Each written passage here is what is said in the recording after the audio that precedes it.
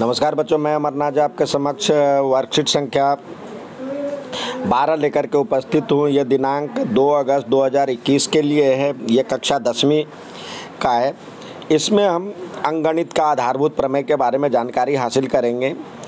अब बात करते हैं अभाज्य संख्या। अभाज्य संख्या किसे कहते हैं? वह संख्या जिसके केवल दो गुणनखंड होते हैं, एक और स्वयं। जैसे 7 के लिए दिया हुआ 1 और 7, अतः 7 एक अभाज्य संख्या है। तो गुणनखंड वो होता है वह संख्या जो दी गई संख्या को विभाजित करती है। गुणनखंड वृक्ष होता है, जैसे आपने लिखा 6 है, तो इसको 2 और 3 इस तरह से यदि हम करते तो इसको कहते हैं गुणनखंड वृक्ष। गुणनखंड वृक्ष प्रत्येक चरण पर गुणनखंड करते हुए किसी संख्या के अभाज्य गुणनखंड के रूप में प्राप्त करने का क्रम जो होता है वो गुणनखंड वृक्ष कहलाता है। अब बात करते हैं अंकगणित का आधारभूत प्रमेय। अंकगणित का आधारभूत प्रमेय कहलाता है प्रत्येक भाज्य संख्या को अभाज्य संख्याओं के एक गुणनखंड के रूप में व्यक्त किया जा सकता है। वह गुणनखंड अभाज्य संख्याओं के क्रम के बिना अद्वितीय होता है। यानी अभाज्य संख्या है, जैसे कोई भी भाज्य संख्या, जैसे हम 12 लिए तो 12 को कोई बच्चा आएगा तो कोई या तो 3 से पहले करेगा तो 4 आएगा, 4 करेगा तो 2 गुने 2 आएगा। कोई 12 को ऐसे भी कर सकता है, 4 गुने 3 करेगा तो इसको 2 गुने 2 लिख सकता है, और ये 3। और कोई पहले करेगा 12 को पहले 6 से करेगा, फिर 6 गुने 2 लिखेगा, फिर 6 को 2 गुने 3। यानी इसका क्रम आगे पीछे हो सकता है, रहेगा वही। हर क्रम में दो बार और 3 एक बार ही आएगा। तो इसे कहते हैं अंकगणित का आधारभूत प्रमेय। अब आइए, जैसे पहला दिया हुआ है जो गुणनखंड वृक्ष बनाना है, तो इस तरह से 580 को यहाँ पे देखिए 15,480 दिया हुआ। 15,480 को पहले 2 से विभाजित किया गया तो ये आया, फिर 2 से किया तो इस तरह से क्रम बढ़ता गया। तो इसको कहते हैं गुणनखंड वृक्ष। हम इसमें देख रहे हैं जो कि हर क्रम में अभाज्य संख्या आते आते लास्ट में अभाज्य संख्या 43 बचता है। तो ये देख रहे हैं जो कि इसमें 2 कितनी बार आया वो लिख दिए, 3 कितनी बार आया लिख दिए, 5 कितनी बार आया, 43 कितनी बार आया। अब इसको ऐसे भी लिख सकते हैं घातांक के रूप में, 2 का 3, 3 2, 5 1 और 43 1। ध्यान दीजिए, गुणनखंड आरोही क्रम में है। गुणनखंड को आरोही क्रम में, यानी पहले 2 लिखे, फिर 3 लिखे, फिर 5 लिखे, बढ़ते क्रम में लिखे। अब यहाँ पे HCF और LCM का कुछ अनुप्रयोग दिया हुआ है। अंकगणित का आधारभूत प्रमेय का अनुप्रयोग दिया है, यानी उसका कैसे हम यूज करें, इस्तेमाल करें। तो देखते हैं LCM और HCF में आपको इसकी ज़रूरत पड़ती है। जैसे 2 8 उदाहरण संख्या 2 है, जिसमें 8 और 60 का HCF और LCM निकाला है। तो 8 को हम 2 का पावर 3 के रूप में, यानी 2 2 2 के रूप में लिख सकते हैं, और 60 है 2 गुने 2 गुने 3 गुने 5। तो इसमें HCF में क्या करते हैं, इसको देखिए 2 बार 3 बार है, इसमें 2 बार है। तो जो दोनों में है, यानी जो चीज़ सबसे छोटी घात, प्रत्येक उभयनिष्ठ अभाज्य संख्या अभाज्य गुणनखंड की सबसे छोटी घात का गुणनफल होता है। यानी 2 का पावर 3 यहाँ है, 2 का पावर 2 यहाँ है, तो 2 का पावर 2 दोनों में है। तो ये हो गया 4 इसका HCF। LCM हो गया आपका, LCM के लिए जो उभयनिष्ठ है उसके बड़ी घात को लेते हैं। तो पहले 2 का पावर 3 है, 2 का पावर 2 है, तो 2 का पावर 3 दोनों में है, 3 एक बार है और 5 एक बार है। तो इस तरह से LCM आ गया। साथ ही होता है 2 धनात्मक पूर्णांक A तथा B के लिए HCF जो होता है किसी 2 संख्याओं का गुना, LCM बराबर दोनों संख्याओं का गुणनफल। अब बात करते हैं हम जांच के आधार पर ज्ञात कीजिए कि n के किसी मान के लिए 12 का n 0 पर समाप्त होता है या नहीं। जहां n एक प्राकृत संख्या है, कोई संख्या 0 पर समाप्त होगी यदि उसके गुणनफल 2 या 5 आता होगा। लास्ट में 2 या 5 आएगा तभी 0 हो सकता है। अब 2 का पावर यदि हम देखते हैं, 2 का पावर 1 करते हैं तो 2 आता है, 2 का पावर 2 करते ही 4 आता है, 2 का पावर 3 करते 8 आता है, 2 का पावर 4 करते 16 आता है, इकाइकांक 6।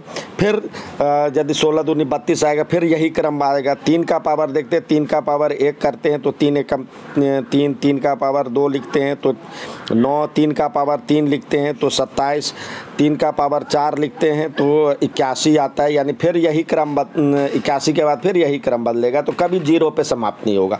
तो यही कहता है जो इसका जो इकाई का अंक है, इसमें 12 में जो है केवल 2 और 5 नहीं है, मतलब 2 है 5 नहीं है। 2 और 5 होगा तभी इसका जो है 0 पे समाप्त होगा, तो इसलिए ये कभी 0 पे समाप्त नहीं होता। आइए अब हमेशा की तरह आपको कुछ सवाल दिए जाते हैं करने के लिए, तो ये दिया हुआ है आपको करने के लिए। तो इसका अभाज्य गुणनखंड के रूप में पहला व्यक्त करना है। तो देखिए यहाँ पे दिया हुआ 32,780, तो सबसे पहले 32,780 को 2 से विभाजित करें तो ये हो जाएगा 16, 3 और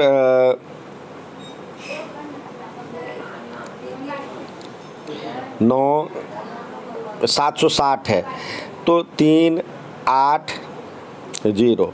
फिर देखते हैं 2 से जाता है तो ये हो जाएगा 8 और 1,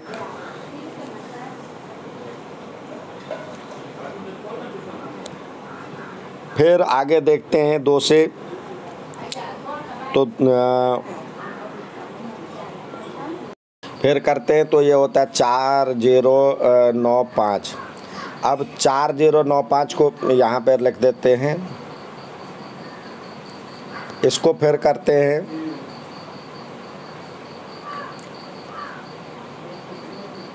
को 3 से करेंगे तो ये आएगा 1365।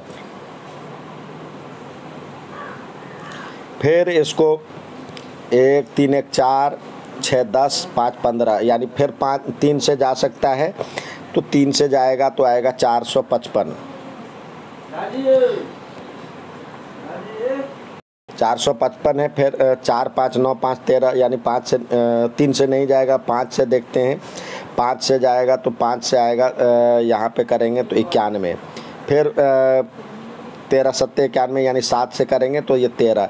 तो इसको हम लिख सकते हैं। देखिए इसको यदि हम लिखेंगे तो आप देखेंगे 2 कितनी बार आ रहा है, तो 2, 1, 2, 3 बार 2 आ रहा है तो 2 का पावर 3 लिखें, और 3, 1, 2 बार 3 आ रहा है तो 3 का पावर 2 लिखें। 5 1 बार आ रहा है और 7 1 बार आ रहा है और 13 1 बार आ रहा है। तो इस तरह से हम लिखेंगे। यह हो गया अभाज्य गुणनखंड के रूप में। अब नेक्स्ट देखते हैं, आपको कह रहा है नेक्स्ट कह रहा है 15 और 12 का एलसीएम और एचसीएफ ज्ञात कीजिए। तो 15 और 12 का देखते हैं, यहाँ पे दिया हुआ है 15 और 15 को हम 3 गुने 5 लिख सकते हैं, और 12 को हम लिख सकते हैं 2 का पावर 2, यानी 2 गुने 2 गुने 3। अब पहले एचसीएफ निकालें। एचसीएफ में जो दोनों में है वो लिखते हैं। तो यहाँ पे देखते हैं 3 दोनों में है तो यहाँ पे एचसीएफ 3 हो गया। एलसीएम लिखेंगे तो एलसीएम हो जाएगा 3 गुने 5, यानी 3 दोनों में है तो ये लिख लिए पहले, और जो छूट गया 2 गुने 2 छूट गया, यानी 4 छूट गया और 5 छूट गया, तो लिख देंगे 3 चौका 12 पंचे 60।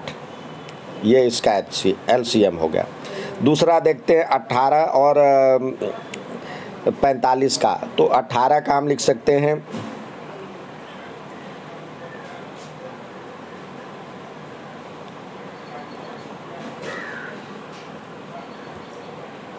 18 का आप लिख सकते हैं 3 गुने 3 गुने 2, यानी 3 तिया 9 दूनी 18, इसको आरोही क्रम में लिखते हैं। तो यहाँ पे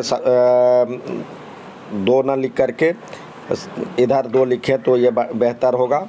अब 45 को 3 गुने 3 गुने 5 लिख सकते हैं। 3 तिया 9 5 45। तो HCF यदि हम निकालेंगे सबसे पहले जो दोनों में है, यानी 3 तिया 9, और LCM होगा। LCM जो दोनों में है वो लिख लेंगे पहले। तो 3 तिया 9 हो गया, और फिर 2 गुने 5 यानी 10, तो हो जाएगा 90।